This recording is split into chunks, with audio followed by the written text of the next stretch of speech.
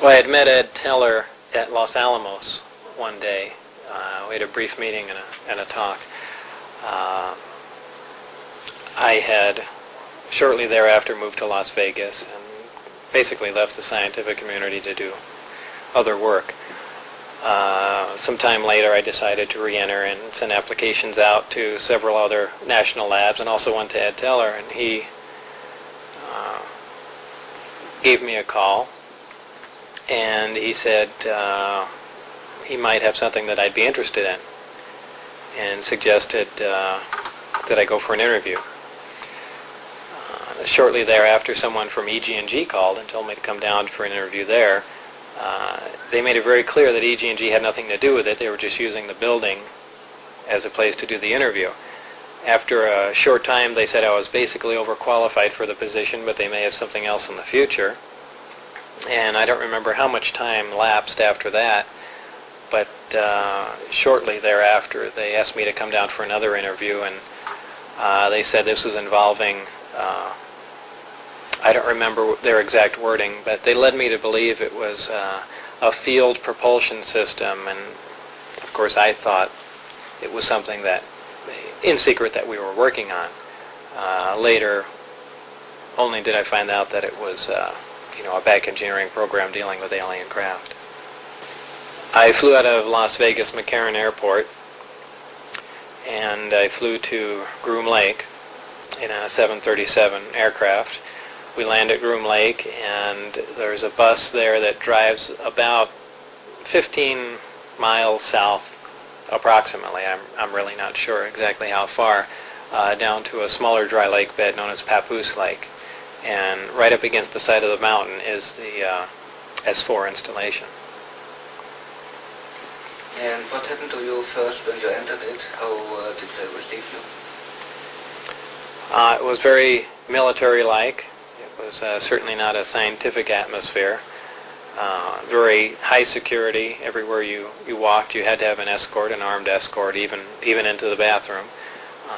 All doors lock and open with your badge, and it was a very oppressive atmosphere. How many times did you spend on this atmosphere before you saw the craft for the first time?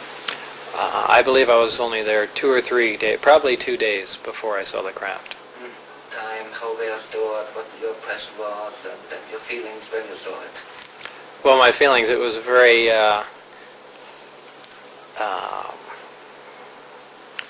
I should step back a minute and say that when I first saw the craft the first time, it was walking into the hangar, and my impression was, well, this explains all the UFO sightings. This is just a secret military aircraft we're working on, and that's the end of that. It was actually the second time when I saw the craft, when I got to enter it and look over it, and I finally realized what was going on, that this is an alien craft.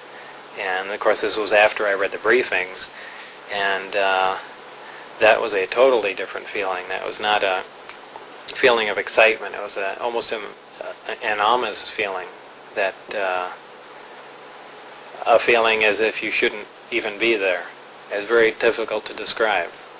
How did it look like?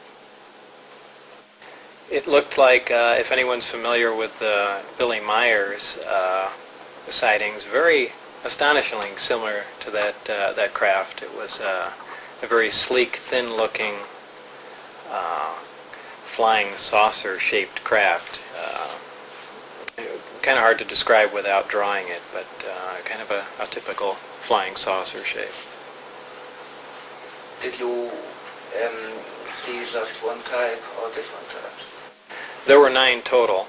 I only got to essentially work, back engineer, or analyze one of the craft.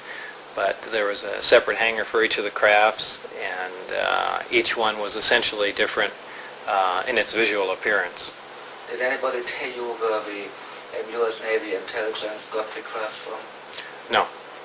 No, not at all. That's a lot of people have speculated about it, that they were either shot down or they crashed, but the craft seemed undamaged, so I doubt either of those would be correct. Can you describe the inside of an alien craft?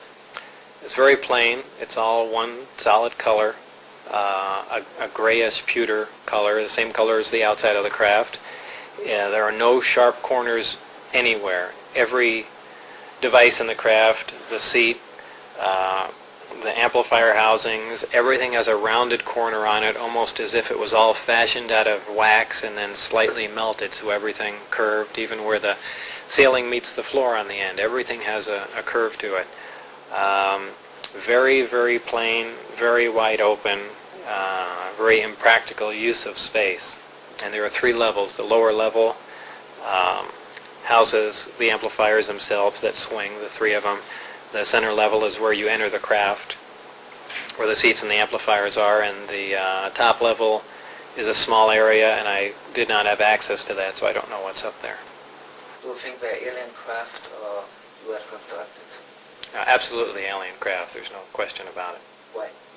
Well, first of all, the scope of the project was to back engineer it. If they were United States craft, we wouldn't be going backward trying to find out how they were built if we had built them.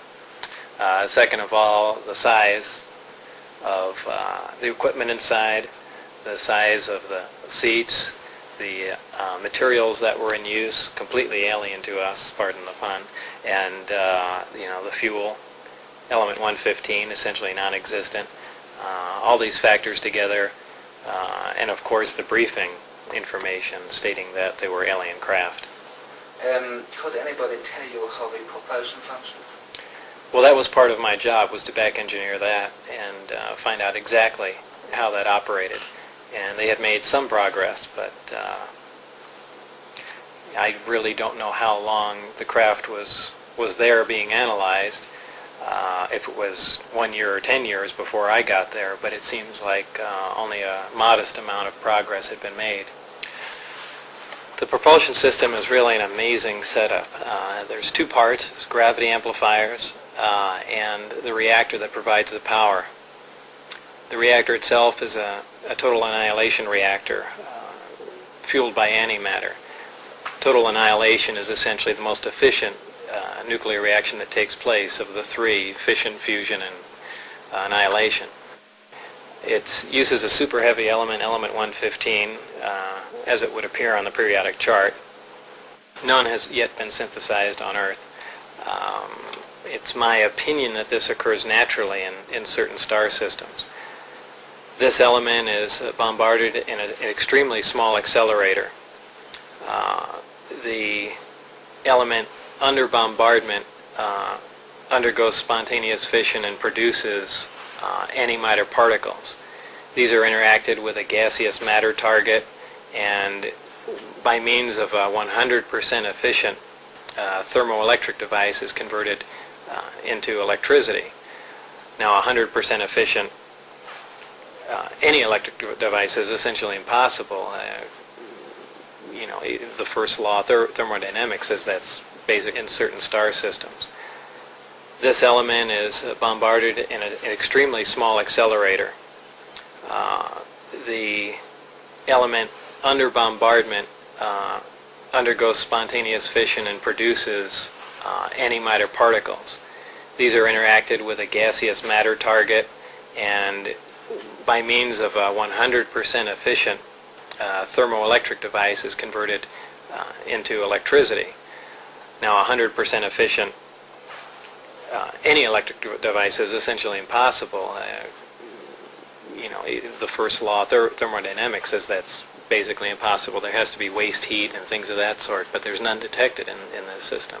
It's another amazing form of technology.